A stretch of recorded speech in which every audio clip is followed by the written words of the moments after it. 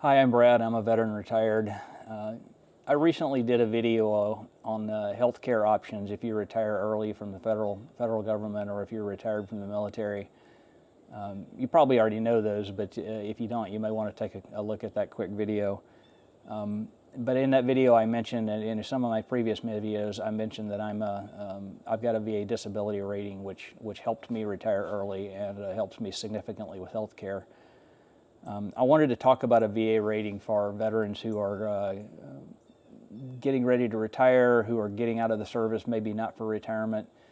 When you've done your service, a lot of us who have been in the service have sacrificed our bodies for that service, and you need to take advantage of the benefit that is offered to you. When we signed our contract per se to enter the military and serve the nation, part of that contract was that the nation would help take care of us and the ailments that we have coming out of that. So please utilize your benefits. Please make sure that you help others who are in the same situation utilize their benefits. Before you get out, before you retire, I highly recommend that you look at a program called Benefits Delivery at Discharge, or BDD. It's a little bit of a misnomer because you don't necessarily get those benefits at discharge, but what it does is it allows you to go out to the VA. I think it's within a year, it may be 6 months of your separation. You can start the process with a VA of making sure that they understand your medical status and that you have records in there, and the day that you walk out and take off your uniform, they can begin the process of your disability rating at that point. If you don't do BDD, you can still do these things, but it's going to take longer from the day you take your uniform off till you're eligible for those benefits, because the process takes a while. In my case, I retired in 2011 from the Navy. I did BDD. I started about 6 months before I retired. About 6 months after I retired, I got my initial rating, which gave me some of the benefits that I have today. If I had not done BDD, I'm sure it would have been at least a year before I got those benefits. And just because you have to wait that period of time, they will generally pay you in arrears from the day you file. But if you start it before you retire, the day you're filing is the day or the day you separate, not necessarily retire. The day you separate is the day that they will start the benefits once they determine what those benefits actually are. The second thing I want to talk about is when you get that rating, you may feel like it's low. You may feel like it's high. I honestly felt like mine was probably higher than it should have been, but I didn't try to file for anything that wasn't true, that wasn't already documented in my record.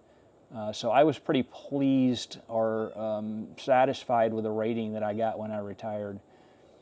However, as time went on, again, I retired in 2011, so that's almost 15 years ago now, 14 years ago. The ailments don't get better with time, for the most part, and I was not using VA healthcare. I was stayed with TRICARE because that was what was accessible, or more accessible to me, more effective, more efficient. So that none of my VA health ratings were being updated. And as some of my ailments got worse over time, and I talked to some other veterans, I finally decided to go back in and have my rating reevaluated based on current conditions. In doing so, I was rated 100% disabled through the VA. And again, I've talked about this before. You may not look at me and realize that I am if you see me walking down the street, or you may not look at me in these videos and think that I am 100% disabled. But I will guarantee you that I have, everything I has filed have been truthful, has been accurate. And again, because of the contract that I signed with the government and the service that I put in, I feel like those are benefits that I am due. And if you do get to 100% disability, I'm not suggesting that you lie, cheat, or steal to get there. But if you are honestly rated 100%, there are some major benefits that come along with that, like as You don't have to be 100% to get full VA care, but 100% certainly gives you full VA care across your entire medical needs. It provides some educational benefits to your children and your spouse, significant educational benefits. It provides some educational benefits to yourself if you want to get retrained for something that's more suitable to the condition that you're in. And in every state, every county has different things that they will provide to you. When I was living in Virginia, Virginia waived the personal property tax on one of my vehicles, which again is significant because Virginia taxes are high. And the county I lived in waived property taxes for the primary house that I lived in. Again, significant because the taxes were high. Here in Tennessee, I get some similar benefits. Car registration for one of my vehicles is free. I haven't gotten it waived yet, but I will be able to get the property tax waived on the house that we're living in here, up to a certain level. I get a hunting and fishing license without cost to the state of Tennessee, or at a very low cost. So look at those benefits, and again, don't think of them as handouts. Don't feel bad for taking them. They're part of a contract that you signed, and you did your part of that contract, so you should reap the benefits of those. And I would appreciate any thoughts that you may have on this. If you know a veteran that's not rated for the disability, if you know somebody that's in the service that's getting ready to get out, I'd appreciate you sharing this with them so that maybe they will get the benefits that they deserve.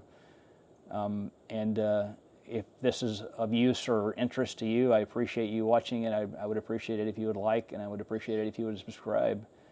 And thanks for coming along with me on my journey through retirement. My name is Brad, and I am a veteran retired, and I am out.